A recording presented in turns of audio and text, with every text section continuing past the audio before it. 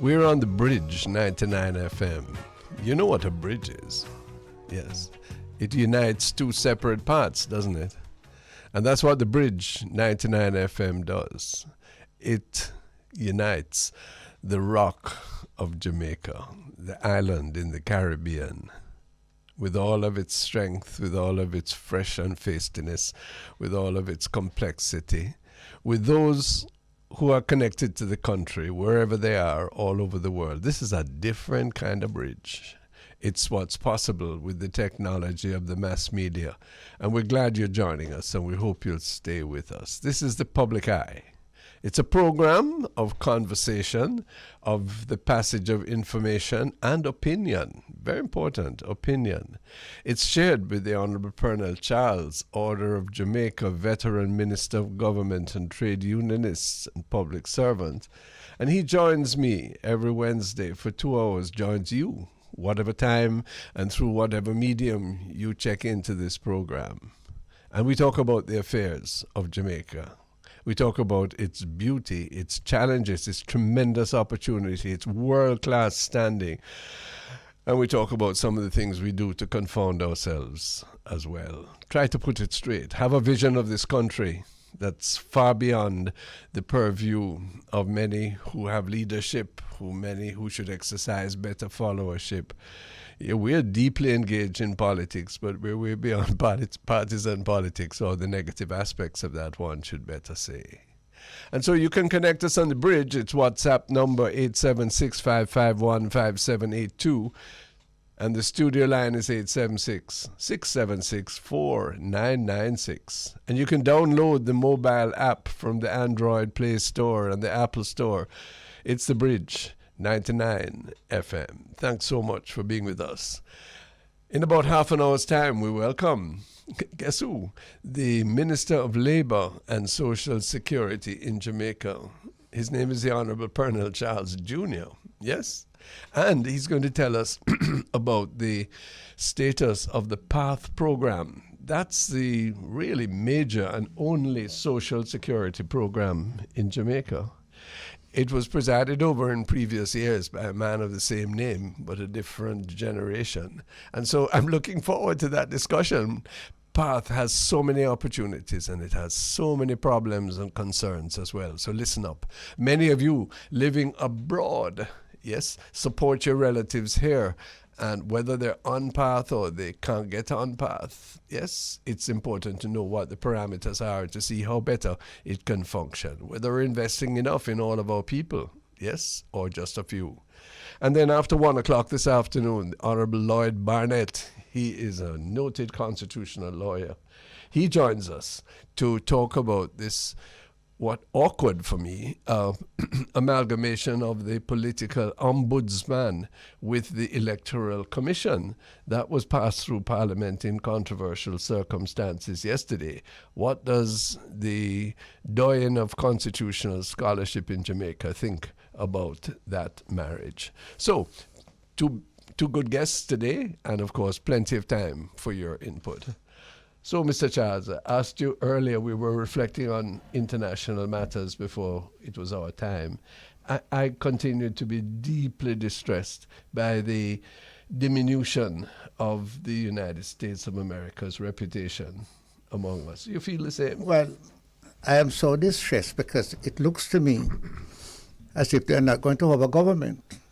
Look at the thing. House Republican tensions grow over inability to govern. My goodness, that's America. That's who we were told to follow. Second only to the British. Well, let me say this. When you look at how they're going to have to elect a president, yeah, and who they're going to elect, yeah, and what is that going to bring to us?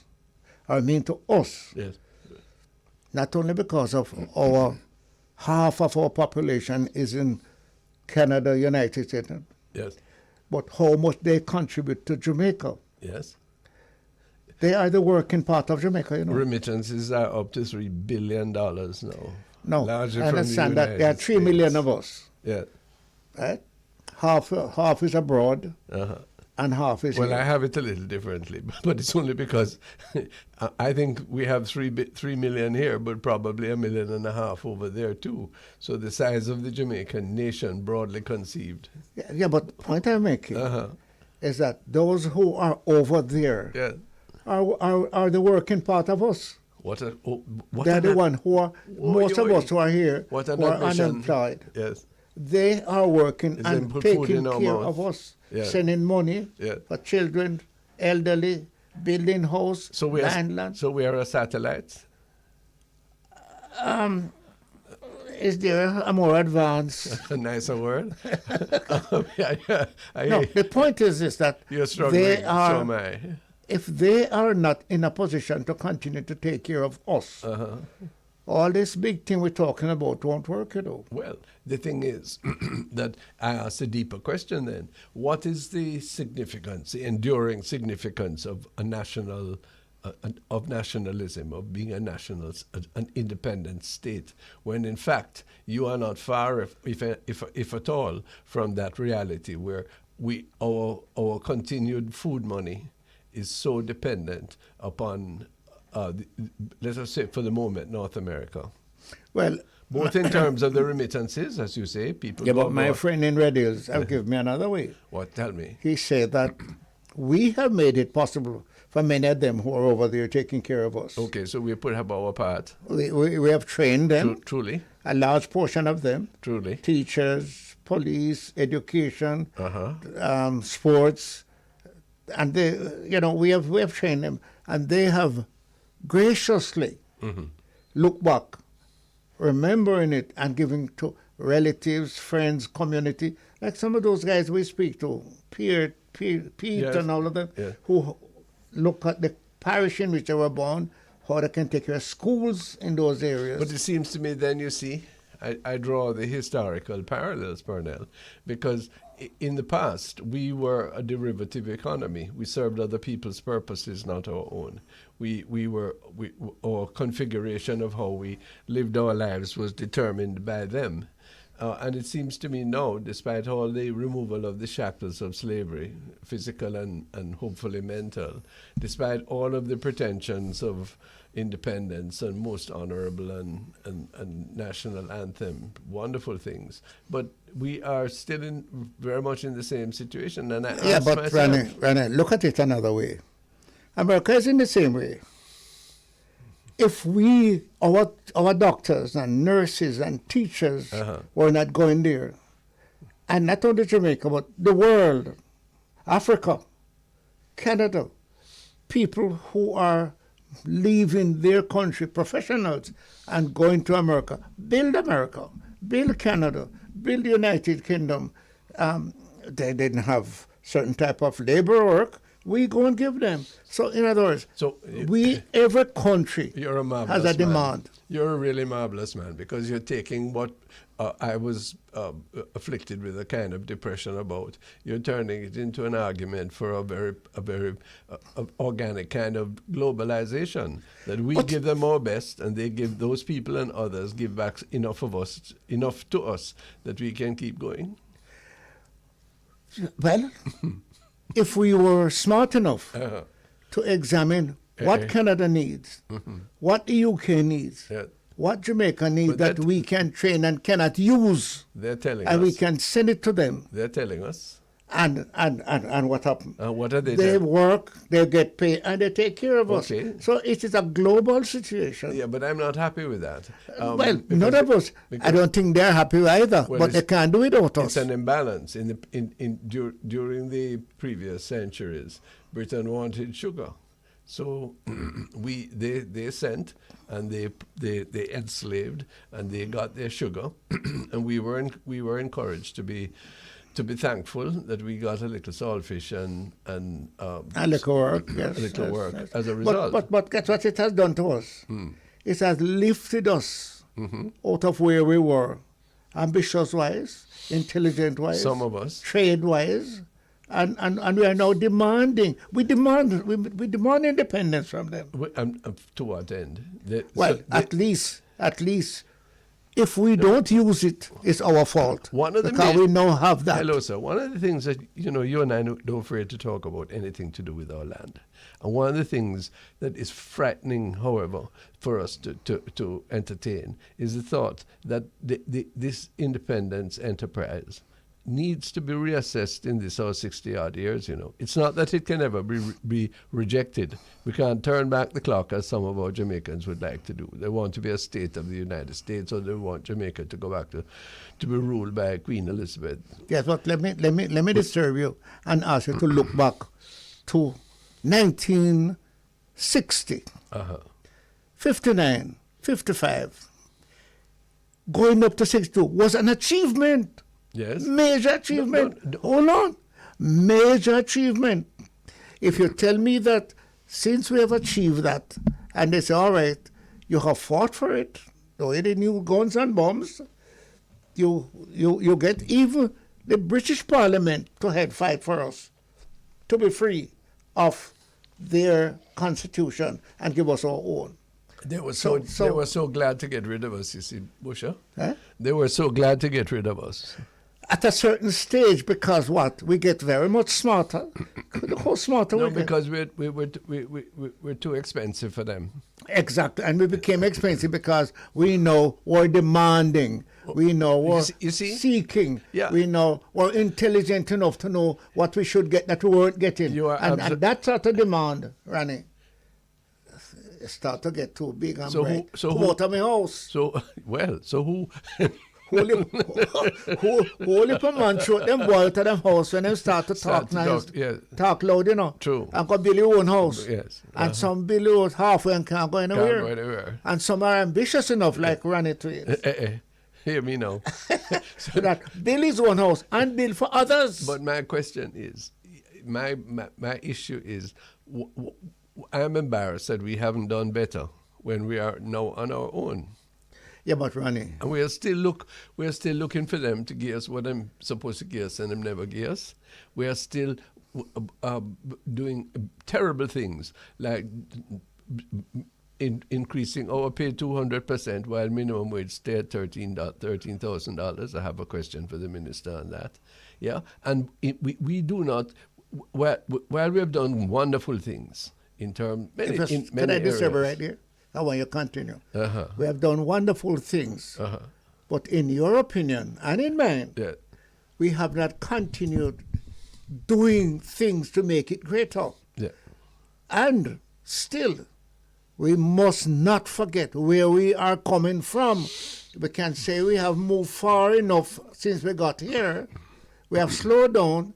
But if you look, Ronnie, it's not true. No, you see, we have done better than we used to do. You and I, in entirely different ways, can say that and be grateful. And gratitude is always an extremely important virtue. Yes. But for the person struggling on the $13,000 a week minimum wage, working their soul case out and getting that can't feed them any more than the breadfruit and salting of the estate or of the post-emancipation period could.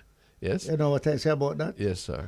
That when I was in Macedonia, I don't know where the Chinaman came from. Right. But the big shop in the district was a Chinaman shop. And that time, saltfish was knocking dog. Yes, sir. You understand what that means? They never used to sell fish head and fish tail. No. The Chinaman cut off that. That was distributed among his people who buy from him. Yeah. Free. Yeah, brought up. So, in other words, Ronnie. Lovely word. In other words, I am not opposed to your spirit of being better. Because you and I are samples of the being better by a generation of the past. You are accept that. You are one who want to speed it up to take care of those who are there. No. My problem is I'm restless and uncomfortable because I see too many people who are made in the image and likeness of God, like me, sitting on the street side and can't find food, and it's more and more rather than less and less. I need to ask you, Where is that not happening? That doesn't comfort me. I can stand up and see them in the streets of New York. Oh, absolutely. In the streets of Washington. But in Britain. No, and in but Canada. Okay, but you know, kith and kin is important. This is where we belong. And what I'm sensing, particularly among those in power at this time, is a certain complacency. Is a certain feeling that, boy, you know, things are better than they used to be. So keep your mouth and shut up. We'll soon try a little more. While we, of course, take very good care of ourselves. It's like you licking me away. Yes, you know? yes, sir. Yes, you licking me so that I am not progressive enough to want it faster. But that's not true. What I do, I am not one of those who don't look back. Okay. Some people say, don't look back, look forward. Yeah. I look back from where we are coming And you have and where we would like to go. Indeed. And I have to your put distance is greater than mine. little grease Uh-huh. to move it faster. Yeah. But You know, I will not forget from where I'm coming from. Let me give you. I have a joke to give you before you come in. Hold that. All right. The love joke. I took a young lady. Hello, listen, I love Pearnel joke, you know, Jeff. I took a lady to do fingernail, what do you call that? Fingernail? Where the fingers. Oh, the nail technician? No, what is it? I don't know, cosmetologist?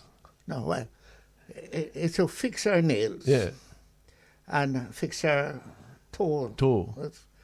And when they finish, she said, well, Mr. Charles, you can't carry Jane pedicure and manicure. Manicure. Yeah, man. You can't Science. carry her come here, you don't get a manicure. Right. So I sat down, fixed all my fingers. Yeah? And she said, Mr. Charles, you have to now take off your shoes so that we can do your nails. I said, oh, no, I did that last week. You know what? There's only 2 nails I have. All of them buck out the nose, boy. I couldn't make she see them the toenail that had toe boil, nail drop out. This is wonderful. The point is that you were in town wearing shoes. Yes, sir. And I was tipping on the heel with 2 buck out toe. Yes, but I am looking for. And look what has happened, Franny. Look where I am today. Indeed. Sitting beside the honorable Randy. Buckout, and I am similarly honored to sit beside you, but the buckout toe notwithstanding. But I had a different kind of experience recently. Yes. I compared 2 12-year-old girls. Yes. Both of them, one would look at them and think of them as being very intelligent. Yes. One comes from a 2-parent family where both parties are working, and they have they're very devoted to their children. Yes? Yes. And goes to a good school. They supervise the homework. They have difficulties, you know, usual tensions in a family and so on. But that's it. And the other girl was a situation where, let me just tell it raw. Her mother tried to kill her twice before she was born because she doesn't know who the father is, or she chooses not to tell. This girl has grown up with relatives who try, but they don't have any schooling. They don't have any intelligence, any certification. There's no man in the house with this little girl and her other members of her family. Yes. And she goes to a primary school, a good primary school, whereas the first one I was telling you about goes to a good preparatory school. Yes? Chalk to cheese, Pearnel, Charles. I see one going ahead. Yes, both created by God, you know. Yes. Both redeemed and both all sanctified. Yes. And I see one going ahead and becoming like your children, PhDs, doctors, mine too. Yes? Yes. And I see the other one headed for some menial job. Yes? And I am uncomfortable with the utter inequality which is getting worse in the Jamaican society, which people are closing their eyes to. I don't believe that all people should get the same money or have the same capacity or uniform in all respects. But you just give me the answer. Not everybody have the same capacity. No, but not some people. Everybody has the same will. But they should have and the not same everybody opportunity. have the same.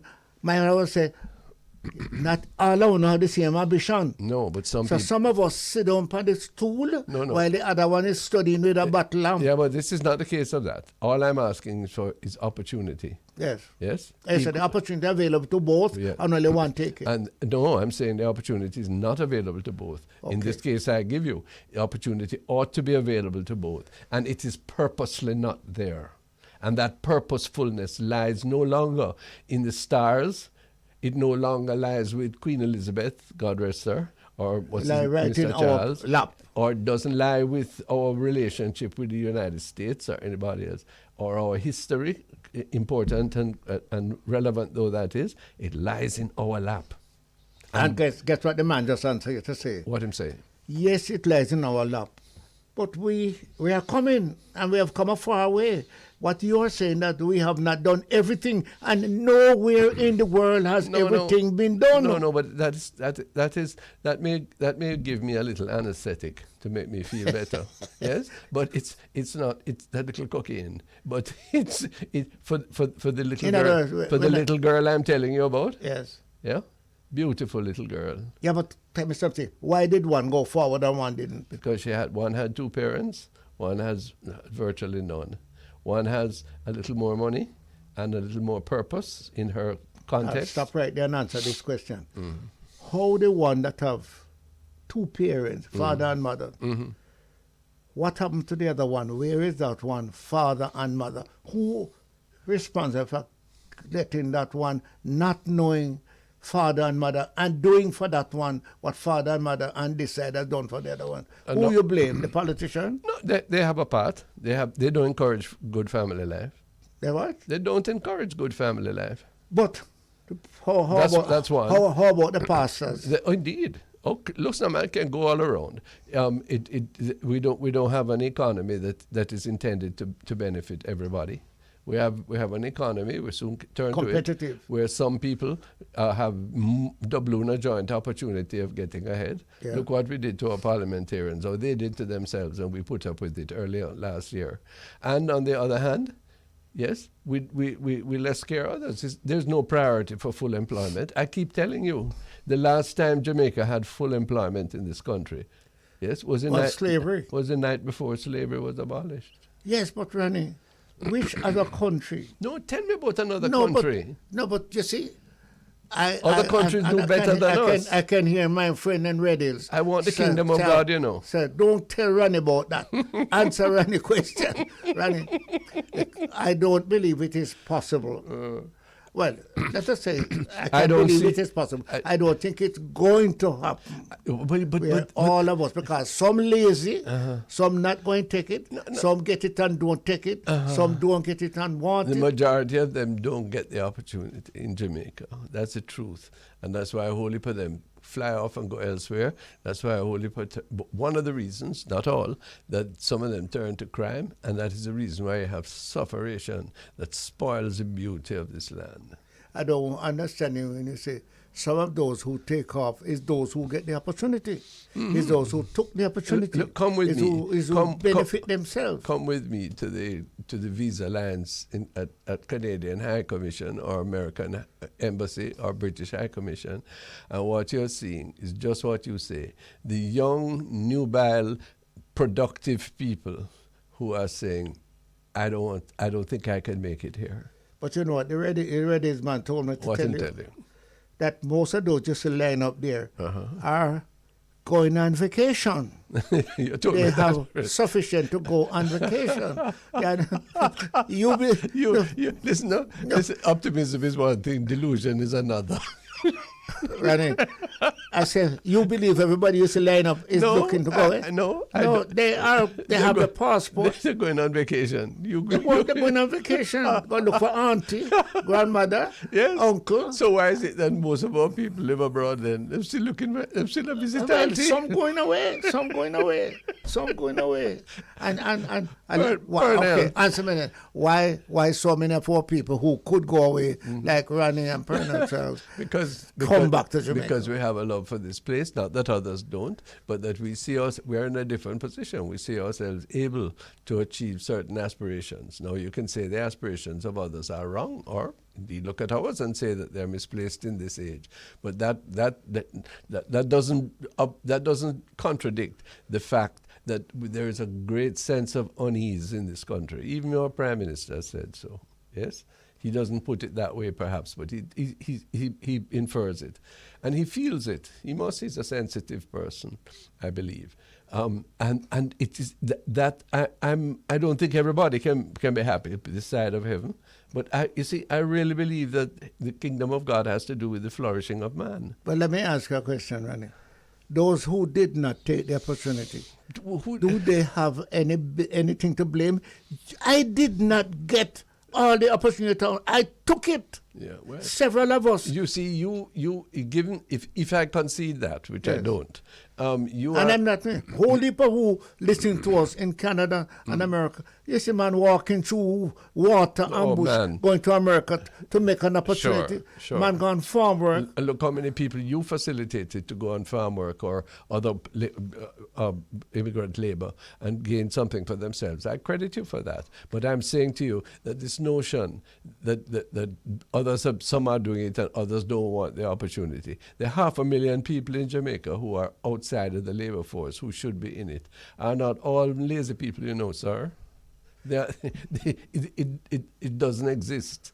The opportunities don't exist for them in the same way that they exist for other people. That's why I'm looking for this budget to be different. Oh my goodness, I really pray. I'm wanting this budget to be so different. One budget can't do it though. No, but it can show a sign. Thank you, sir. But let me say quickly before you go.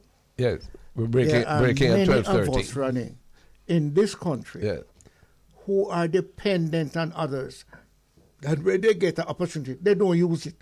Many diaspora people have sent much to their relatives and friends who squander it.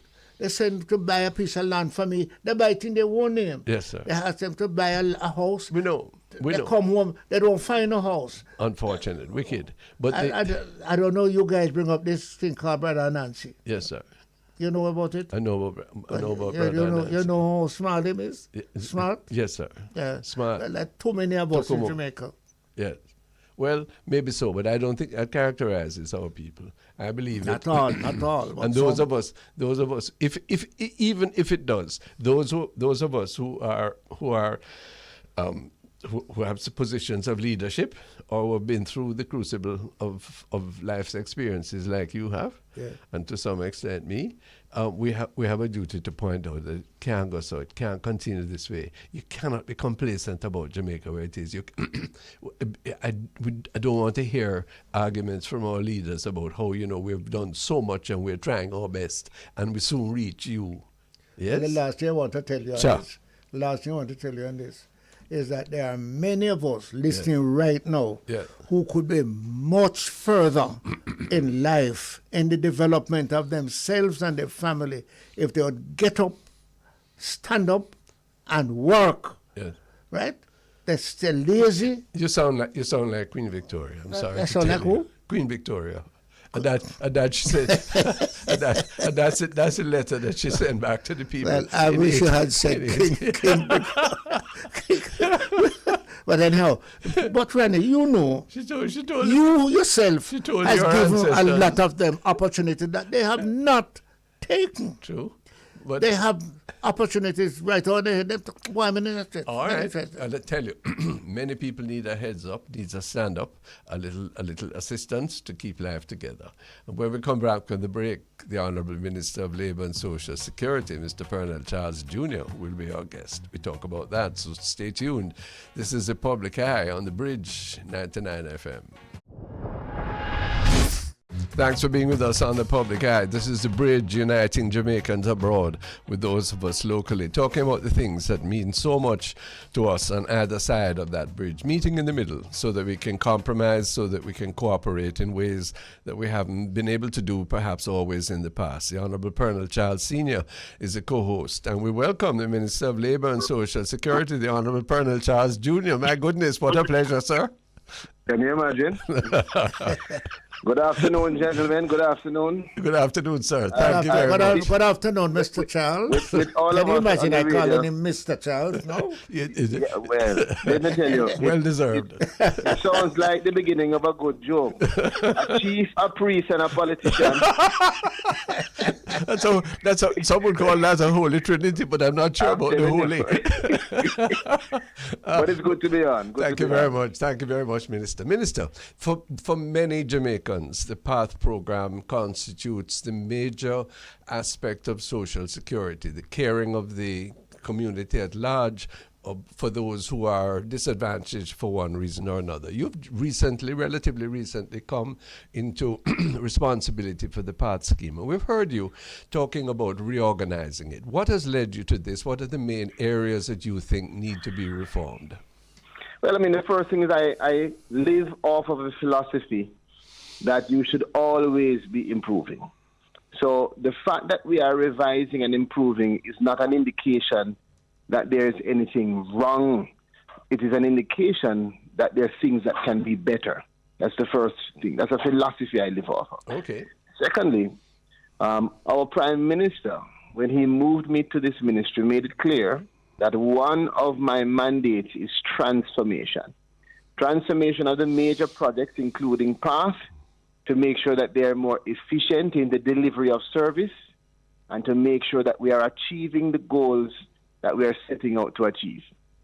So it is, to me, important that all of the stakeholders who are related to the PATH program understand that we're not saying PATH has not worked. PATH has helped many, many, many families. What we're saying is that we're listening to the people. We hear complaints, we hear commendations, we hear recommendations, and we're going to make an assessment of all of those things to see how we can overhaul PATH to make it an improved system in terms of the processes and in terms of how we actually put in place the plans for the future of PATH. How you get on PATH nowadays, Minister, because that's one of the concerns that I have, and I know many other people, and I believe I saw instances of your public presentations, your meetings with others where this arose. Yes, well, I mean, most persons know that they have a Clarendon Parish Office or a St. Mary Parish Office or a Kingston Parish Office. You need to go to the parish office wherever you are, and they will give you the guidance as to exactly what to do to get on PATH. Make sure that you carry your birth certificate. Make sure that you carry your TRN. Make sure you carry documentation that is relevant to any person who you want to go on PATH. That is, if you have children or elderly that you're seeking to apply for. Mm-hmm. And then you go through an assessment process where they input your information relating to your circumstances, meaning are you working, where are you living, how are you living, and other things which are used to determine whether you are eligible or not. So you will know in short order whether you receive a preliminary eligibility, meaning do you qualify? Yeah, who is it mainly for those? We know it applies to to children in school, to women who have recently had children, to the elderly, to those who are handicapped. Is that a fair list of the kind of person? Yes. What it is really, the best way to put it now, it's really for the most vulnerable. Yeah. So you may be disabled, for instance, mm-hmm. And the fact that you're disabled will not cause you to get on the PATH. It is if you are disabled and also in a vulnerable situation economically. So some persons are disabled and they have sufficient help at home. Sure. You would not qualify for PATH. Mm-hmm. So it's not any one characteristic that is going to qualify you. It is a collection of things that are assessed to determine whether you are eligible or not. And we're looking for the persons that need support the most.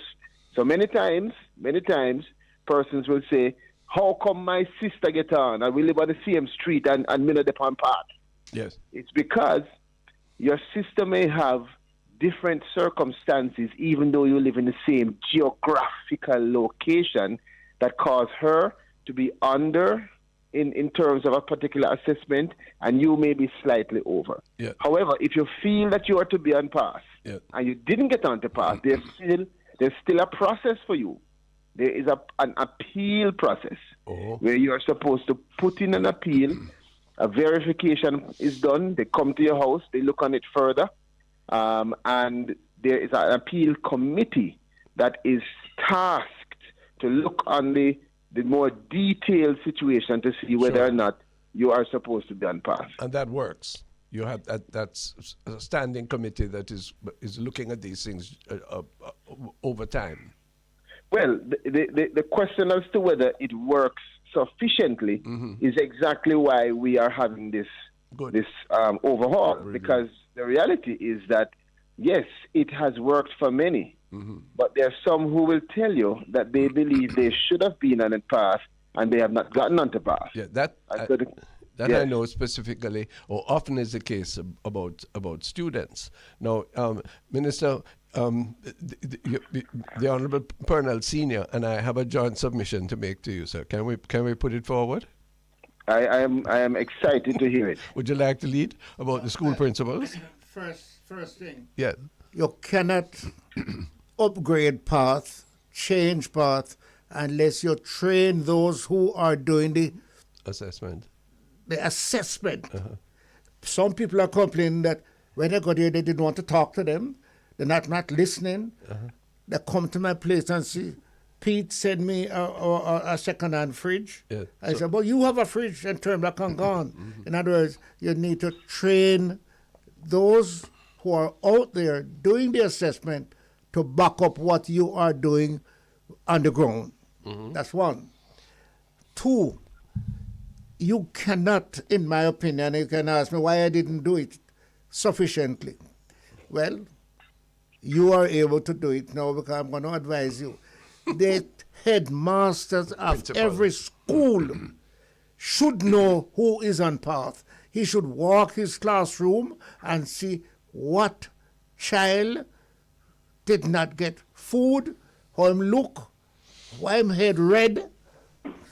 All those things. But I tell you, Dr. Gilmore helped me because all the children at a technical school in the black boys had red head. And that was a and I asked her, I came and said, Doctor, why these black children have red head? He said they are lacking in certain things. Look at that. And she made a contribution. To help. And Minister, all of them become blackheads, so you pick it up from there. I looked at one of the presentations you made. I heard Mr. Albert Thomas, the principal of the Brownstown High School, who I know, being concerned about the adequacy of path for the students, many of whom are disadvantaged at his school. And I also have heard from him and many others that sometimes the teacher, the principal, the guidance counselor, as the senior Charles is saying, know that somebody needs to be there, but they don't have any authority to bring them in under the umbrella. What can be done? So one of the things that is coming out of our discussions with stakeholders, including principals, guidance counselors, health clinic officials, and others, is the need to have more alignment in how our data it crosses over with their data. Which means if you're a principal and you come across a student, for instance, who you think ought to be on path because you know the details of their circumstance, but they're not on path, despite trying to apply, you should have some facility to be able to make a recommendation. What a blessing that will be, sir. Do you favor that? Of course. Of course I favor that. Matter of fact, I must tell you, arising from, two things. Firstly, nothing is stopping the principal from doing so right now.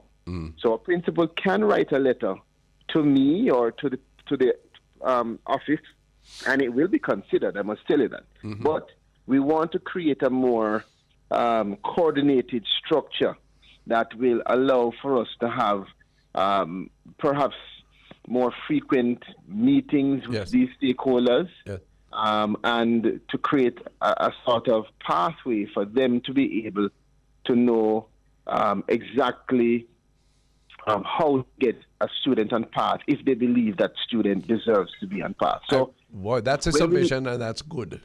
Yeah, when we left St. Anne, or before we left St. Anne, I mandated my team to make sure that they take the information of the principals, those two principals, a guidance counselor, Yes. a health clinic nurse, and others.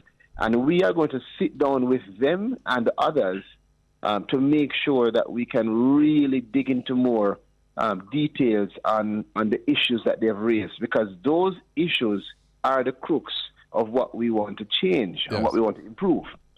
Well, that would be very, very helpful, and I'm glad that you've been proactive in that regard. We've long, in our discussions here and our interviews with others, come upon that situation. There's another level to it which may not be easily possible, but if the principal, sometimes when the money is paid to parents, Minister, it get mixed up. Yes? No. I like how you put it. You're a kind man. You get mixed up and you hear news. Well, what a pity to think of it. But the school, the guidance counselor, some person, responsible person, accountable person, oftentimes can be an appropriate person to distribute funds. I know, I recognize all the logistics difficulties there. Maybe some legal changes would have to, legislative changes would be necessary. But the key thing is to get it to the people who need it most, eh? Exactly. That's exactly it. And I like exactly how you ended a while ago, because I start the program. I start our engagements by always reminding persons that the goal is to make sure the right people are on the PATH program, and that the right people are staying on the PATH program, because some of the persons who are on it need to come off. And that the right people are transitioned into their own economic independent state. Yeah. And that process in phases is going to require us to have a comprehensive approach, which is why PATH is not just about cash grants. It's about providing support in terms of your health. So if you're a pregnant or lactating mother, you have to go to the clinic. If you're a student, you must go to school. If you are going to university, we provide you with support through tertiary grants and secondary school grants to make sure that you can get to school and that you have the support to go through and complete the school. If you are a youngster looking for a job, it provides through the Step to Work program, on-the-job training, job placement. These are several of the elements of the comprehensive approach that PATH has to take to really move persons, as we say, from welfare to work. That's what was said to me on another show, and I've adopted it. Yeah, indeed. The reality is, though, we have some problems that we have to fix. And a lot of these problems are not just with the structure, it's with how we operate the structure. So we are looking also to make sure that we are properly training our staff, that we have the adequate staff, that persons are sensitive to the nature of the individual who is seeking this type of support, that we put in place now the kinds of additional help that will be needed to make sure that we can transition people, because that's a difficult thing. When somebody is on PATH and doesn't want to come off of PATH, they get dependent. Realize that if they don't come off, the other persons who need it more don't get the opportunity. So it's a lot of things that we have to do at once. How does this is coming close to budget time, Minister, and I know it's a sensitive time for ministers and their particular programs, but there is the PATH grants of the various sorts now really run the risk always at any time of being overtaken by cost of living increases, by inflation. Is there a case that you can make to the public, speaking through us, for an increase in the awards to PATH? I'm particularly concerned, as you would understand, for the school lunch program. Yes. Well, as you know, the programs are shared. So the programs in terms of school feeding, we may provide the funding, but they're executed through the Ministry of Education. But the reality is we recognize the need for increased or additional support And this is something which the ministry has taken into consideration in terms of our submissions Yes. To the Ministry of Finance and Public Service. Of course, we don't live in a vacuum, and so we have to consider all of the contending issues that are taking place. We are quite aware that minimum wage has been doubled in basically the recent years. We're quite aware of the increases in terms of pension and other things. So it stands, in my view, to measure that we should have some movements in terms of what the past beneficiaries are receiving. But I won't be able to speak to that until you at we last get with the the Minister of definitive Finance. confirmation from the budgetary process. Yeah. But we have asked for some more. And if we get more, we will utilize it. If we don't get more, we'll use what we have in the best way possible. And the goal must be to use whatever you get effectively so that people can understand that if you get more, you will also use it effectively. Minister, let me ask you a question. How are you going to be able, or how are you approaching monitoring how the PATH program is being used? When the farm workers are away, I introduce a social working group that visit farm workers' family. Oh, I see. And find out that the farm workers, some of them weren't sending anything to them yard. And we called the people in Canada and say, John Brown, don't send no money from family. How you know? Because my social worker went there and the mother is crying, and the man called me from Canada and said thanks, and the lady called me from yard and said thanks. So I'm going to say, Minister, that I know it's going to be large, but you probably can have a monitoring group of social workers who go out in the parishes and even check with the principals, to see, because the more people get, the more they want. More people go on, the more who want to get on. So you will always have the crying. Yeah, you're completely correct. And I must tell you, when we put together our presentation slides, one of the issues that we highlighted was monitoring and evaluation. And under that subject heading is the issue, exact as you have said it a while ago, of how are we going to monitor the application of the benefits that we are providing? How are we going to monitor the progress of our beneficiaries? And ultimately, how do we take that data and evaluate it so that it can help us year after year to become more precise, improved, better in how we make our allocations? So this is something we have recognized. As you know, I am a scientist before being a lawyer or a politician. And so empirical data drives how I decide and drives how I think in terms of shifting something left or right. You're not going to find me just get up and say, well, I feel, I saw it figure. No, I don't waste time like that. We got to understand what the why, the how, the when, the where, the what. And so the monitoring is going to help us in that regard. And share that data with the public as much as you can, Minister. Well, we do. So we had an evaluation process. We actually had a tracer study done that came out in 2021, and that has been shared. That's a tracer study of the beneficiaries, and that report really went through the background of what was the path, how was it being evaluated, identifying the variables and outcomes, short and long-term impacts. All of these things were discussed in that, and that has been shared with the public.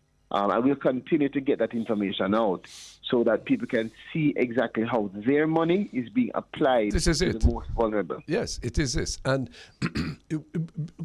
dream for me, Minister, dream with us. 5 years' time, 10 years' time, where do you see the array of social security opportunities for Jamaicans? Hopefully the numbers of people will be less than are dependent now or clamoring now. But how do you see the reorganization and the improvements that you're planning portending for the future? Yeah, well, I was about to say that hopefully the numbers in terms of vulnerability will shift from economic vulnerability to just natural evolution. So we should be able to increase the robust nature of our social security framework, so much so that our focus can go towards the disabilities and the senior citizens, and making sure that the environment in the country is continuously evolving, so that accessibility and inclusion is just natural for us. In terms of the PATH program, I'm hoping that in the 5 to 10 years, we'll see a PATH program that is streamlined. Most of the issues that are raised now in terms of the selection criteria and the inordinate delay for verification, those things I'm hoping would have passed once we create a stronger and expanded structure of workers who are competent and confident in how they apply their work. And I'm hoping that we can shift our priority to really ensuring now that there's no one left behind. We talk a lot about vulnerability in terms of people being poor, them have money, or if them don't have money. But there's a whole other layer that we don't speak about a lot, of persons walking up and down on the streets who have mental issues, have been discarded, have been almost shunned by society. We drive past them and we don't see them, we don't smell them, we don't, and to me, disturbs me deeply. And these are some of the aspects that the future of Jamaica will see us providing, not just a one-off support, but the kind of consistent professional support that is needed to acknowledge mental issues and acknowledge the issues that make people become more vulnerable and helping them. That's what the social security safety net is supposed to do. You've described it well. It's catching the people who need it the most. Yes, sir. You are concentrating, based on what I heard, on PATH program, which means you are concentrating on children at school. Now, what about the elderly who can't go to your office? Yes. You don't have anybody monitoring that Miss Brown is there. She don't have nobody to look for her, nobody to give her anything. I mean, is the PATH program directing itself towards the elderly who needs even some more than what the children need? Great question. The PATH program, as it is based on the data we had from last year, is about 285,000 beneficiaries, nearly 300,000. That's almost 10% of our population. And of that number, 65% are children, 27% are elderly, and the rest of the remaining amount would be the pregnant and lactating, indigent adults, and persons with disabilities. Yes. So a large part of who PATH concentrates on is elderly. Mm-hmm. However, once the elderly pass the age of 75, we transition them from PATH to social pension, which provides similar benefits but is geared and focused on people over 75 years old. Yeah. So we have multiple programs, including also the National Senior Citizens Council, Meals and Wheels program, all of these things that focus on the elderly and the senior citizens across the country. Last question for you, Minister. Do you think that our people have a sense of entitlement that we need to generally move from, rather than people feeling that somehow somebody owe them something? Is there a mentality change that can affect what Social Security has as its responsibility going forward? I think that's a larger discussion. I mean, you could define it as entitlement. You could define it as fear. I think a lot of persons don't see the way out. Mm-hmm. And one of the ways out is to act like you deserve it or demand it without justification. So I don't hold that against anyone, because being in the position that I am in, that you are in, our responsibility is to move away from judgment and blame and move towards solutions And Good. so, yes, you see it, you find it. It will frustrate you. Yeah. But I find that once we're able to really take people at face value and converse and engage, those walls break down after a while. I get a chance to really understand how you can help that individual to really unlock their potential. Minister, we look forward to hearing the details of improvement, and we think you're going about it a good way by going to people in their various communities and listening to them and then planning from there. Thank you so much for exposing it to the members of the diaspora today. We look forward to other times when we can speak. Well, I'm very grateful for the invitation, and I hope that I'll get an opportunity to be on such an esteemed show sometime in the future. Thank you very much. You know, Randy is looking at me and say, at the last minute, I am coming out of you. which is the way of nature. Thank you, Minister. All the best. All right. Go the Honourable Pearnel Charles Jr., Minister of Labour and Social Security, on the public eye on the bridge. 99 FM. We'll be back after the break. Soon come. This is the Bridge 99 FM. The program is the public eye. The Honourable Pearnel Charles and myself are the hosts. We're hoping to link with Dr. Lloyd Barnett, the constitutional expert, in a little while. Let's reflect on what Minister Pearnel Charles Jr. said. Yes. He seems to have a clear picture of the improvements needed for the path system. Yes. But you touched in a very gentle but important way the key thing: the persons who will make or break this program of Social Security are those who go out and inspect and assess the condition of everybody who has applied. And recommend too. Yes. Because when you go out there, you find some people who couldn't find anybody to recommend them. Yes, sir. And them sit down waiting for Sunday dinner from somebody. Yes. Them don't smell right, they don't dress right, No. they don't have no cover right. Yeah. That is where you have to now say, go back to the Ministry of Labour in the parish and send somebody out there. Yeah.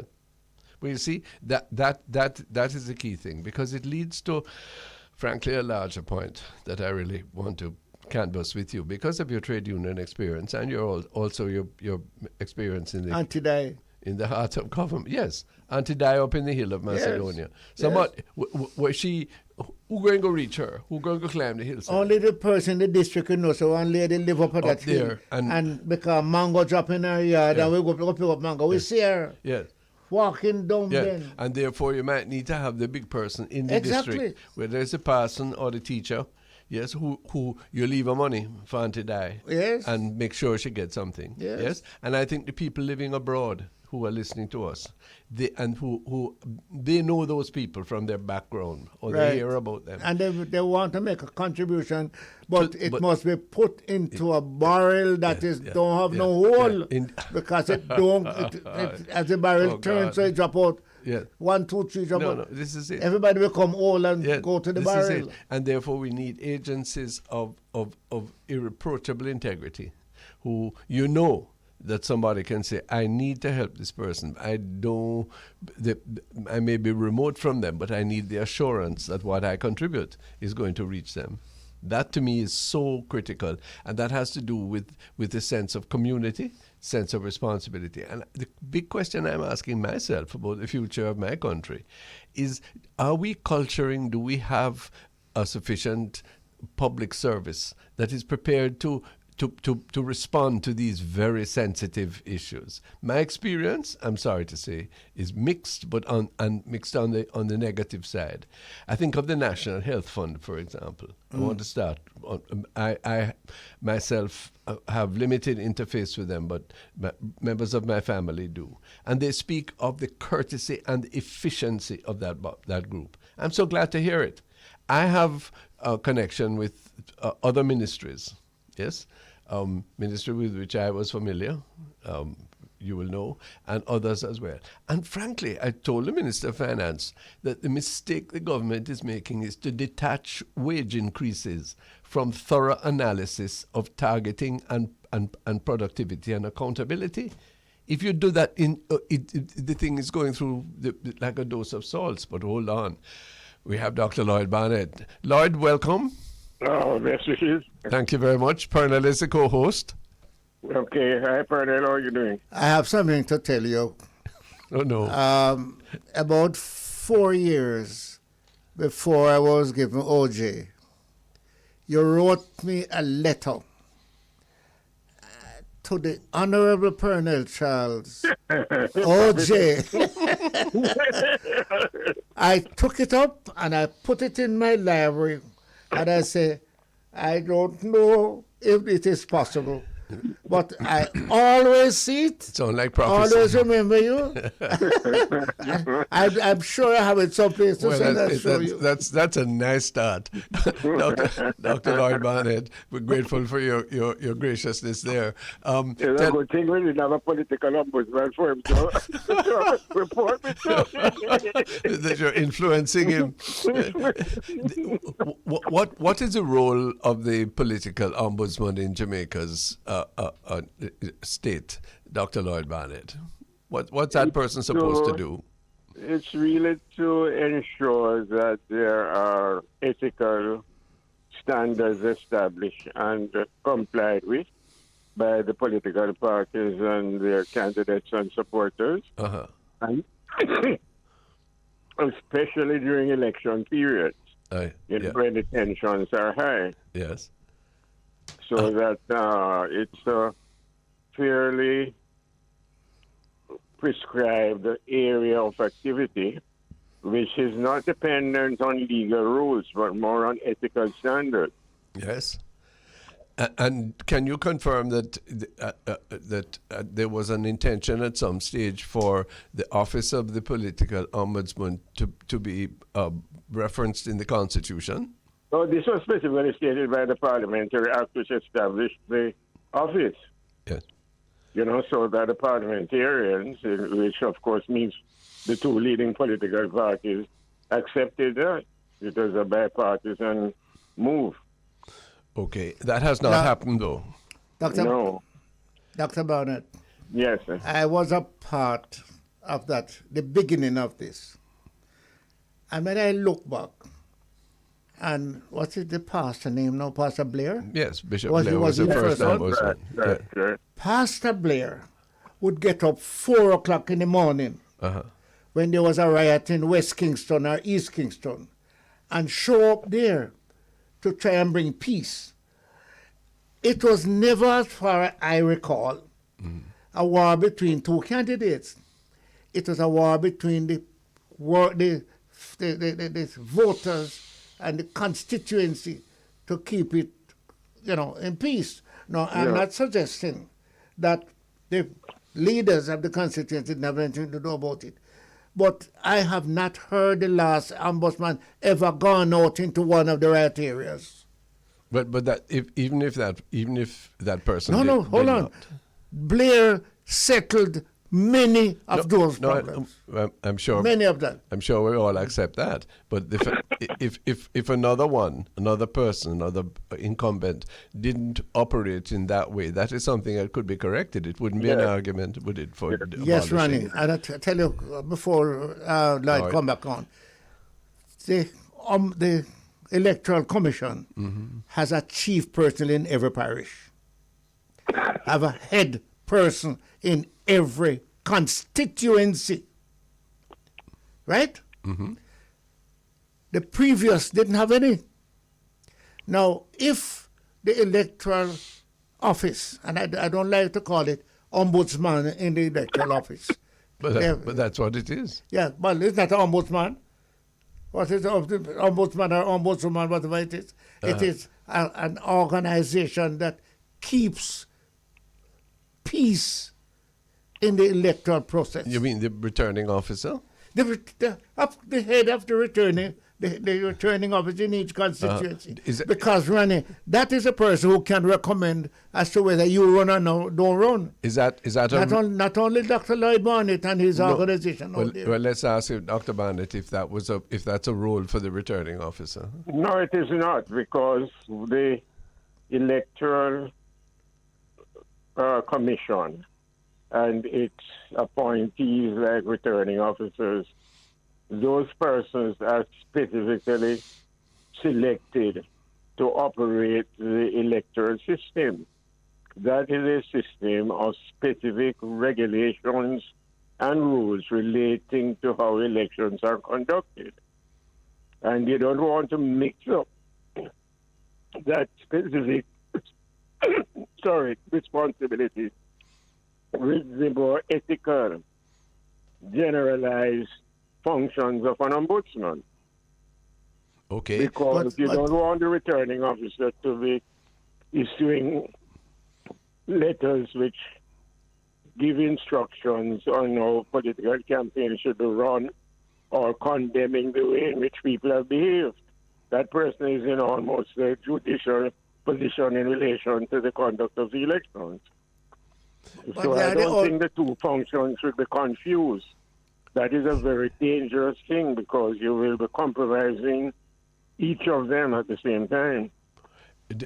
Dr. Barney, your organization that comes out in the constituency and election day, CAFE. Mm-hmm. What is their responsibility? To observe and see that things go, whether things go right or wrong, and to report on whether the rules have been properly followed and whether the behavior is in accordance with good practice. How do they report? At the end of the day, our objective is that there should be free and fair elections and elections which are conducted free from fear. And who do they provide an objective report? Who do they report to? The constituency leader? We report to the public. It's a civic organization. It's not a parliamentary committee or anything like that. It's a civic organization which is highly respected and admired in many parts of the world.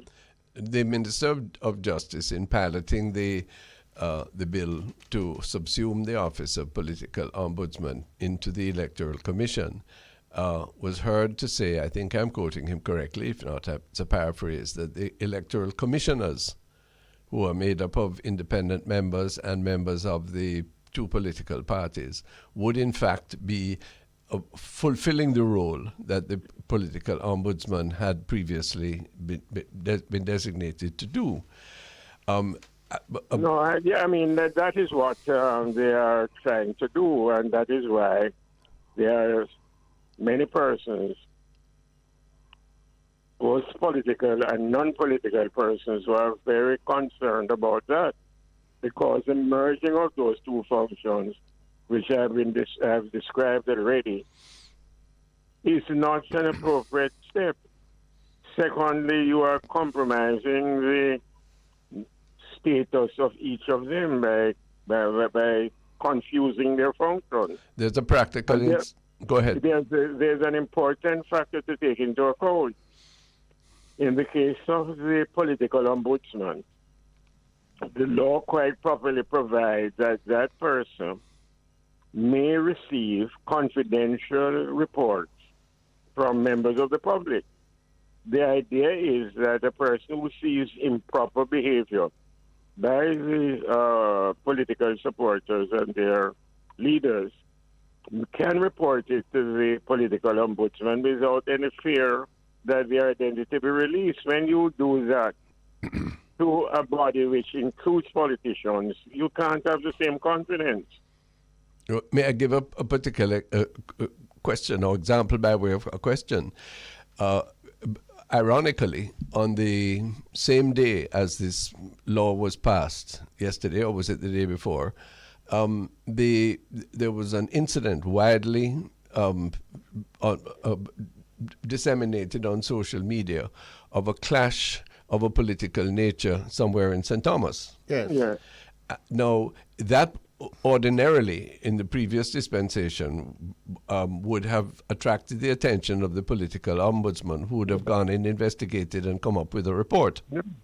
And you wouldn't want the chief electoral officer or a member of the commission or the returning officer to be the person intervening, investigating, or reporting on a matter of that nature. But that's exactly what we've passed a law to make happen, sir. And this is I what, know, that's what I'm saying. It is highly undesirable. yes, because I can't imagine.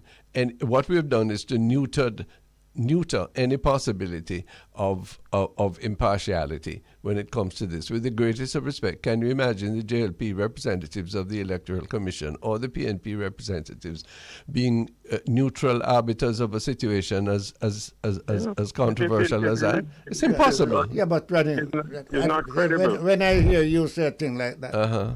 I have a question to ask you. Sure. You don't believe that the JLP and the PNP person and the commission could operate? No. Okay. So how do you tell me that one man who is either PNP or JLP can operate? No, because he's not. Suppose he's PNP. Suppose he's JLP. I don't deal with that kind of binary choice, because I believe there are people who, and we know many of them, who aren't involved in this way. But where these people, where these commissioners are active specifically, politicians. yes, they're active politicians. Yes. You're asking them to be judges in their own cause, and you can't do that, Pearnel. Who is active politician? The Electoral Commission? Yes. The persons who are appointed The are per- active the per- politicians. The persons who are appointed to the Electoral Commission, apart from the independent members, there are 4 active political, 2 each. One each. 2 each. 2 each, okay. Uh-huh. But that is not their job. Their job is to see that the rest of what is done there is No, balanced for the two parties. No, sir. Yes, but that is not. If they're going to have to investigate, like what is reported to have happened in St. Thomas, that is a role which they are, in my view, completely unequipped to do. And make critical statements in relation to their own members, their own associates. But I You know, can't. so Dr. that Barnett, is not Dr. that is not Barnett. appropriate. You don't I'm surprised. set up a system. You don't set up a system in which you ask members of the same group to adjudicate on the behavior of their members. That is unknown in any modern democracy. I don't know if you could say that about the judges. No judges are not participants in the political Why would you process. say a judge standard is that high that him can try a labor right? Right? Him is a known PNP. Or you give him a style of PNP. But he, No, a judge might have been a PNP when he was in private practice. Right. But he's not a PNP person after he has been appointed a judge. Okay, good. So Completed so his so conduct so in the why would Ronnie and myself be on the electoral commission and could not operate Because in that way? we're put there precisely because of our partisan identity. You're To a watch nominee of to the watch party. who? To watch You're a who? nominee of the party. To watch who? To watch on behalf of the party whatever is That the commission- is a remit. But that no, the- that but the no, commission- no, sir. Yes, To administer the representation of the People's Act and the regulations. but what you're doing now is to adding a role to them, which is invidious. I wouldn't want to be part of it, and you'll never persuade the public that this is going to be a fair. Their very appearance is wrong. And Dr. You Barnett, never win public confidence that way. Dr. Barnett, Why do it? I'm trying to understand why. But I didn't come to you, Ronnie, or to Dr. Barnett. I beg your pardon. As an attorney. Uh-huh. But in the last election, I had 30 people working with me. And I got the money to pay them the week before election. And 40 people, a few come. And I invited both candidates to come and address them. And because I was the one paying them, the commission said that I was buying vote for my daughter. Can you hear such? And in fact, the same commission charged your party what leader, commission? the ombudsman, Ombudsman. charged him 20. Him don't pay none. Him just walk away. Well, I don't know that case, but You know that case? No, but my concern is that again, I watched that video, Lloyd, And there's another aspect to it, apart from the violence Yes. and the issues there. The Prime Minister says that the tape was doctored. But what I wonder if he would say that about the lady who was at the other door of the car, obviously counting out money. Why would you be on a campaign trail counting out lots of money? Because she has to give it out. Exactly, sir. Oh, Lord. Hold on. Dr. Barnett, you hear that? No, but suppose I had said the woman have a right to count her money. She does have You- a yes. right. She has, No, but if you're in a campaign and people pass and come in and you're counting money, I mean, I'm going to ask for some. yeah, but, That's why you don't never understand me, right? And they not only the giving it out, is where you get it from. yeah. Well, this is it. So, Dr. Barnett, what happens now in this respect before we conclude this interview? Are we going to, this bill seems to be destined for law. I'm trying to understand what's the motive behind it. Why would the government want to do this, which is so, I mean, most people will see this as being completely untoward at this time, particularly. It's not even politically wise, that's what you're saying, because it is highly controversial. Yeah. There are lots of well-thinking persons who have expressed great concern about it. So I'm not quite sure what is the motive. And the Electoral Commission. Why? Tell me, Ronnie, why are people concerned? Because They believe what? Because That the Electoral Commission is going to be biased towards the government? But it should not be involved in this type of activity. It was set up with a particular constitutional function of great importance, has virtually saved Jamaica from political chaos and the destruction of our democracy. We don't want to take any risk with it. It's one of the most important things that we have established. We are proud of it and we want to protect it. And the politicians should not take any risk with it. Yeah, but so I'm surprised the Electoral Commission has acquiesced to this. the Electoral they're Commission saying that is the not all of only them have done commission it. that can dismiss, stop. No, they can say we don't want this part of our work.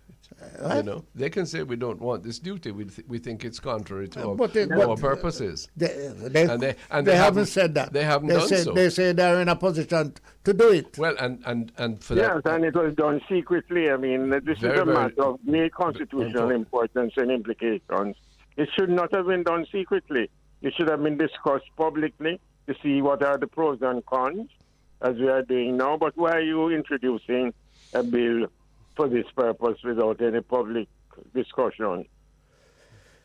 Ronnie, when I heard Samuda's presentation in Parliament, A noble man. I couldn't object. No, When I read the editorial in the Observer, not a good. I couldn't object either. Well, they're very. Did you read it? Yes, and they're quite weak. Yeah, what? They're quite weak. It's quite weak Yeah. because it didn't fall on your right hand. No, because the logic, Your left hand weaker than your right the hand. logic was very, very, very wanting. But never mind. Dr. Lloyd Barnett, thank you so much for explaining Okay, my pleasure. strong Okay, all the strong best. views. All the best to you. Dr. On that- Barnett, thank you, and I'm All going to right, call you. Colonel, I don't see you these days because, you're elevated. As you would expect. No, man, no. Yes, I'm elevated. I'm sitting beside Oh, Lord. the Honorable Ronnie Twits. That's an elevation. Thank you, Lloyd. All the best. All Good. right. The Honourable Dr. All Lloyd right, Barnett, noted constitutional lawyer, clear position on this vexed matter.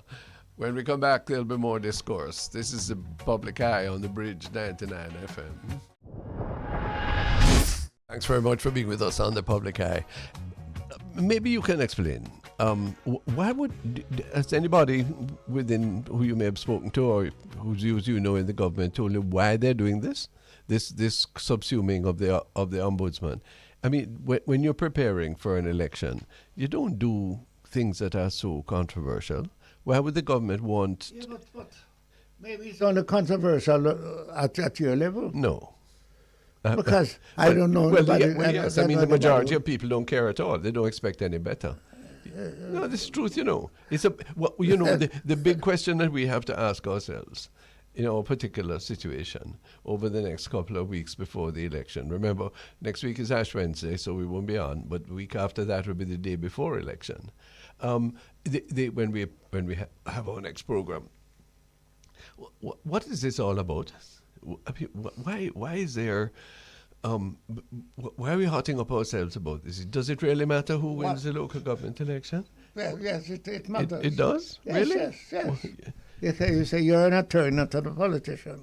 You're an attorney and a pastor, and you always get 1/3 of you is politics. Oh. Nearly the whole of me is. It's whole of you is politics? I'm going to report No, you. but the point is, the question is, your question was, why are we doing this? Yeah. I don't know. Look at that. I don't know. I'm not a party to it. I hear just like you. But I am convinced that the original under the lady who was as passed was foolishness. Up to now, JLP and PNP rags are still on things all over Jamaica that used to clean up. So you think that the Electoral Commission is going to be in a position Very to simple, do those things? because the Electoral Commission has 64. No, but you can't ask those people to do that. But they're the one who give instructions. No, they're the one who they give instructions about. They're the one who have meeting with the MP, with the two candidates, and communicate to them what the Electoral Commission says. About the representation of the People's Act and the regulations on it, but not about political tribalism. Yeah, but hold on now. Tell me, how does the Electoral Commission with 14 people in an office in Kingston do that for the whole island during election? Do what? Do what you just said. I don't think they can. Okay. That's exactly it. The ombudsman would have a difficult task, but then that would be the only task that they have, particularly at around election time. Now, I think that there's a legitimate point to be made that that we have conflated the role of the political ombudsman to be an institution which, in the long intervals between elections, must have a very little to do. And there may be issues of cost which need to be taken into account. Yes. But to ask the people on the Electoral Commission to engage themselves in solving the political spats that are taking place. I gave the example of the one that's current in St. Thomas. Is absolutely impossible. And what we've done by the bill that was forced through yesterday, I'm so surprised at Delroy Chuck. He's very intelligent, you know. He shouldn't do those things that so undermine that him. is your impression. But there's no logic to it. He can't explain it. Yeah, but I've read all of that he has said. Let me ask you, what really happened in St. Thomas? We don't know. So who's to find out? Representatives of both parties to go in there and squabble it out? So hold on. Who does the ombudsman represent? The ombudsman represents the state, the people of Jamaica. The two parties? No, more than the two parties. There's a general interest well beyond. There's no that ombudsman is not beholden to either party or to any party. Okay. Before this lady, we had how many ombudsmen? I don't. Well, we had certainly. I remember Bishop Blair. There were other persons who were broadly ombudsmen, but the political ombudsman ombudsperson so far has been Bishop Harold Blair and Mrs. Donna Parchment Brown. Yeah, but Bishop Blair, his job was on the street. No, and in office, when I was a candidate, there was an incident many years ago. Yes. And it involved both representatives of both parties, so the allegation said. And Bishop Blair called me in and addressed the issue and made certain suggestions. And I thought that was very useful. Yeah. And I do know, as you have said, that he was not beyond going out into the street and doing what he had to do. I don't know of one incident where the last ombudsman go out into the street but you keep and coming do back to anything call people to our office. Try them. But you keep coming back to that. But yes, because that's a judge. No, but if that's a problem, what you do is to correct the incumbent. You don't abolish the office. No, I'm not saying abolish. No. I mean, not in favor But of abolishing. but that's the exactly office. what you're doing. You're handing it over to a set of people who are absolutely unfitted and to do this. And you know what's going to happen? Nothing will happen. And let me ask you: do they know that? Do who know that? The Electoral Commission. They surprise me as much as Delroy Chuck does, because people of the caliber of Mr. Justice of Mr. Earl Jarrett, the chair, are undoubtedly people of high regard, and I can't imagine how they would have allowed themselves to be backed into this corner. I tell you what, let's bring Delroy Chuck on. Sure, why Let's not? bring him on to tell us. Uh-huh. Sorry, won't be here next week, but the other But week before election. Well, you know, he's spoken volumes in Parliament, but we certainly can do that. But there's no. What is the reason for doing it? To save some money? That's always good. They say it broadens the ombudsman situation island-wide, constituency-wise, right? Whereas the ombudsman, there is no returning officer from St. Thomas. There is no electoral official there who is going to be able to adjudicate what is purportedly took place. Why run in away? the other of us. They can't. So why the ombudsman can say Kingston and do it? Because they're specially empowered to do so by a law, yes, and presumably by a person of a pedigree, whether or not this has been always observed, a person who stands above the fray and therefore is able to deal with the electricity of the street side and the drudging of guns. By the way, did you? No, I shouldn't answer that question. Yeah, go ahead. Let me just tell you. No, yeah? go ahead. Ask the question. Through my engagement in politics, in party politics, electoral politics, 26 years, yes, I never had a gun and I never had any security. Yeah, because you, I was going to say something, but that would be a joke, right? You know why a man don't approach you Why? with a gun? Mm-hmm. Can we look at him, see a gun? No, that is a riddle. Help me with that one. Oh, you understand what I'm saying? No. Why you think a man look at me Uh-huh. and don't come after me? Uh-huh. He feel that if he comes after me, Uh-huh. I will block him or go after him. Me too. Exactly. No. Exactly. So hold on now. All I want is time to say, Lord have mercy. I have not really understood what happened in St. Thomas, No. not, and it's in the western part of St. Thomas. And I understand that a man, two men approach him to beat him up. But we saw the picture, you know. I didn't see it. No, man, you will see it. And he I'll had show it to you. he pulled his gun. No, but I'm asking you. What is the, just answer me, what is the value of having a gun if it's not to protect yourself? Well, he did not fire it. No. It's a question of proportionality. Yes. Yes? Yes. You know my position on firearms. We Yes, have I know, but far too lift many. yourself above yourself. No, and put it it wouldn't be to a lift, me. It wouldn't be a lifting. It would have been it would be a reduction.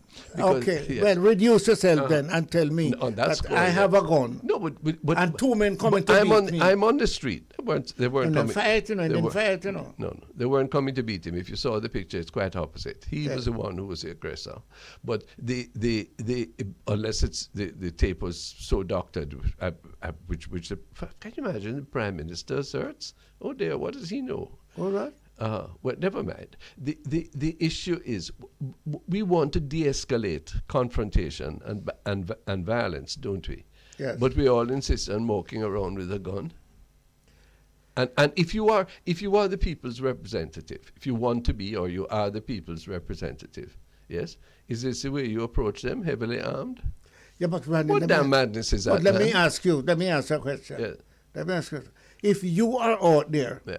and a crowd of man come to beat you up, what right do they have? But none at all. So if you have a gun, if you have a gun, So that is what you do. if you have a gun to protect yourself, No, and that's always the argument that you needed to protect yourself. My view so is what is the use of what is the use of a gun?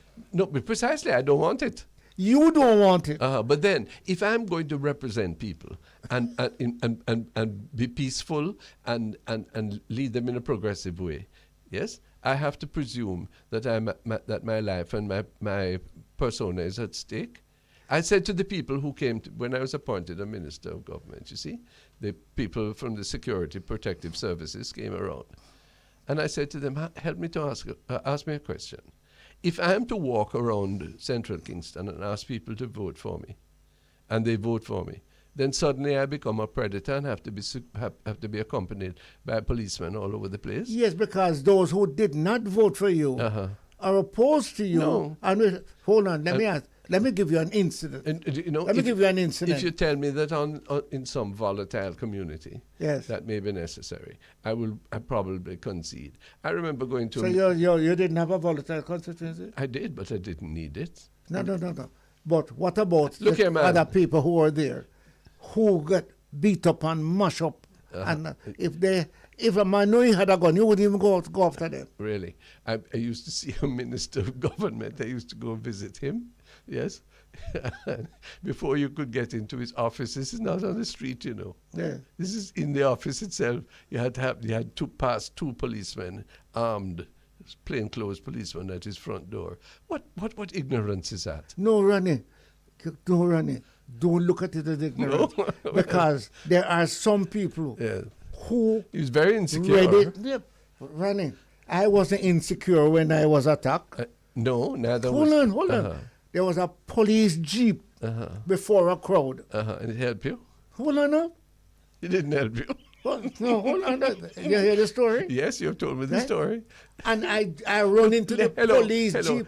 I had 4 guns in the police jeep. And the man run me out. Of course. This is part of a whole... So suppose I never have a gun, what would happen to me? The gun saved you? Of course. Okay. I shoot one and run. I shoot one and then get a chance to run. Yes. So and you know who never run? Who? You ever hear the story? You told me, but I've forgotten. Michael Manley was there. Yes, and he never ran?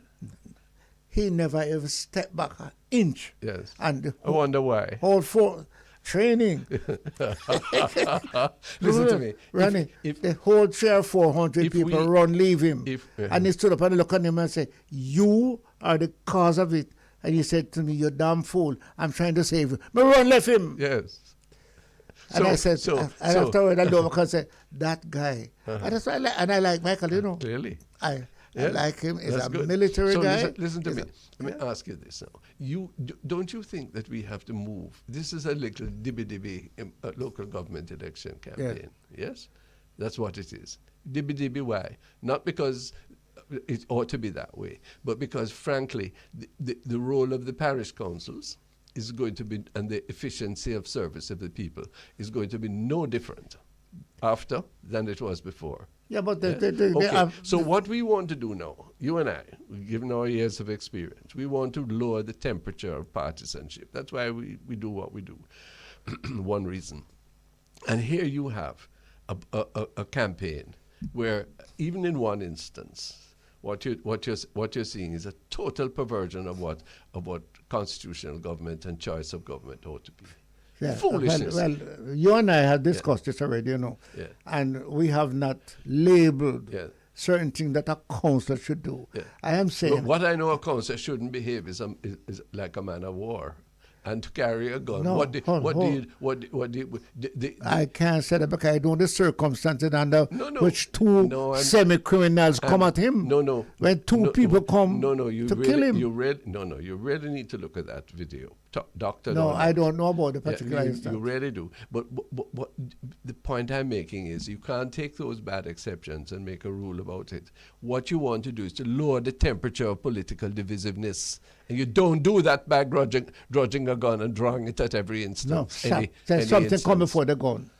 You don't do that by having a group of men who decide that him is going to kill you or beat you up. Equally. So it's not the gun. Some man without the gun, you know, Ronnie. Some men without the gun are more dangerous, you know. Some men are more dangerous without the gun. Diaspora audience, we need to give Pearnel a QC. He's defending the indefensible. How are we going to have a more peaceful society, Mr. Charles?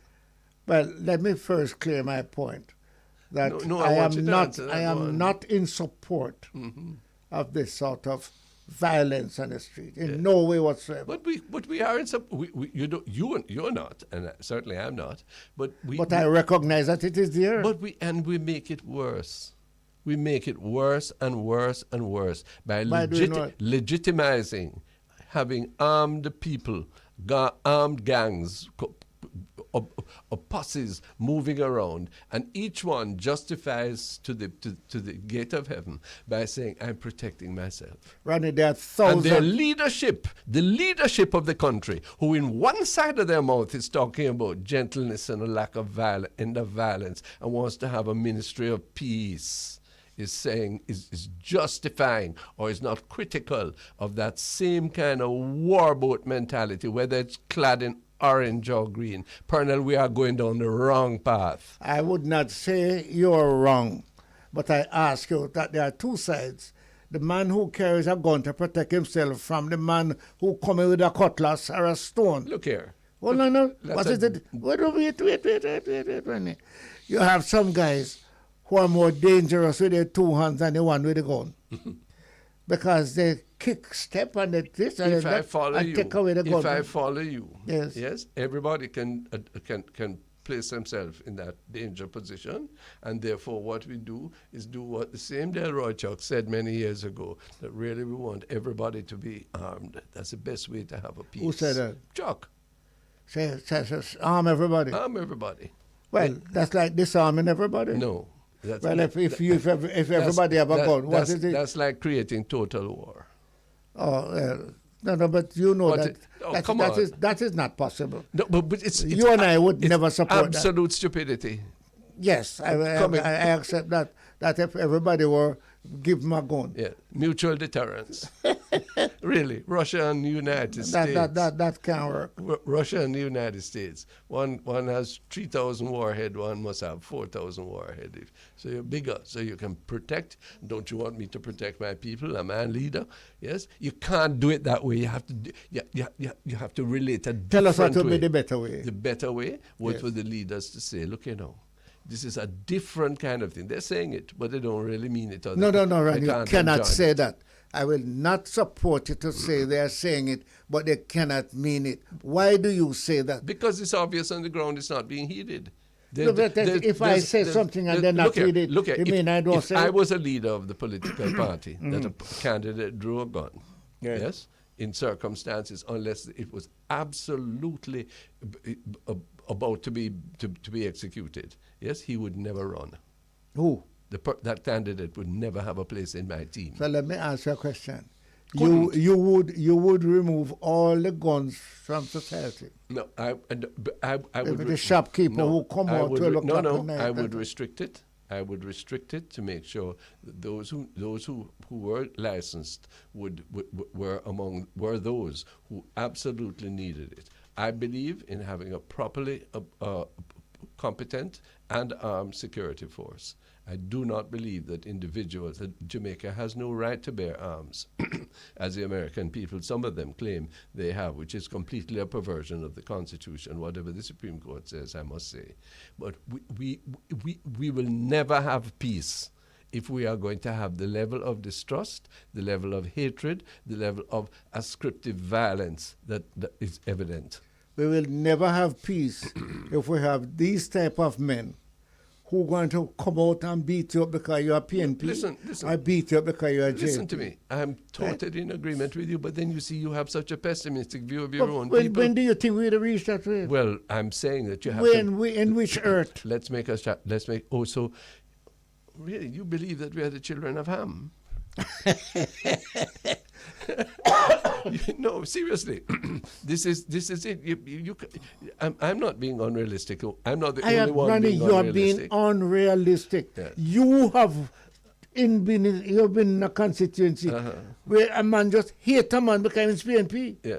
I hate a man because he's JP. And I'm going to. And you go there and try and I'm going to. tell them it don't work. I'm going to end. And them laugh after you. I'm going to end that horrible system of hatred by arming myself to the point where he's afraid of me. No, I wouldn't say that. Well, what I would saying? say keep preaching and praying. Carry the bullets in your thing, like Mr. Al Miller.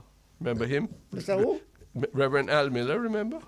He's a preacher, a It's- pastor, and he was found with a gun. It's his preaching. Yeah. What you say No, he did? remember he was charged with carrying a gun some years ago. Yeah, I have respect for him, but it is totally inappropriate for him to be carrying a let me gun. say the last thing. Listen to me carefully. Those who It is not those gun, who would it save is their not- life will lose it. Ronnie, it is not. There are a lot of people who are more dangerous than those who are carrying the gun. Yeah. Okay. There I are a accept lot that. of people who are more dangerous. So what's your without a point? gun. So what's your point? The point is this: that to take away the gun from a man who feels comfortable and protective of himself, you know, to disarm the society. Some of us, I am not in some support people of that. feel that some men feel that. Because if I were I'd be a dead man. Yes. Well, And when I was in hospital, the nurse told me they come there 1 o'clock asking for me. oh dear. And she had to tell them I moved to another hospital. Yes. Terrible. Absolutely terrible. But that is the society you are living with. And what a And pessimist those are the you people are. you are serving with. Yes, what a pessimist you are. And those are the people who are going to beg you to vote for Granny, you. I'm We have to sorry. go. I'm sorry if I'm a pessimist. Yeah. But You I'm aren't a really. realist. Yes, okay. Not a pessimist. Well, this I'm realism. a realist. I have seen it. I have been there. You think I haven't? Come back. No, but you forget. No, I don't You forget. wish that you didn't see it. No, I You could, saw it, but you're changing your no, mind. I could tell you, I could tell you instances, personal instances, which don't match yours, but certainly come close to that. That's what I should ask. You have never been into a position where you needed protection. Absolutely. Never. Yes, I have. And you don't believe that you're just lucky to be here. No, If you were not, they must have had the collar around your neck. Why no, I didn't have any collar around my neck either. And that, what a way the public eye has turned today. Controversy is never beyond the Honourable Pearnel Charles and myself, and I thank our audience for indulging us. And say, Ronnie, we are controversial, Yes. but we are not enemies. No, And we don't we're walk to the purposeful. door No. as enemy. No, and we Or don't- we have to take up a gun out of And each we other. don't draw a gun or on each other. Or a cutlass. Indeed. Or a stone. Thank you, sir. Amen. That is the epilogue correctly for today. Thank you, Jeff, and thanks for all of those on the bridge who make this program possible. Next week is Ash Wednesday, so we won't be here. It's a public holiday in Jamaica. We're very civilized, for the beginning of Lent, and it's also Valentine's Day, so we wish you well, all the lovers of Jamaica and within Jamaica. And the following week, the day before the local government elections, the public eye will return if life is spared and the Lord tarries. Till then, take care.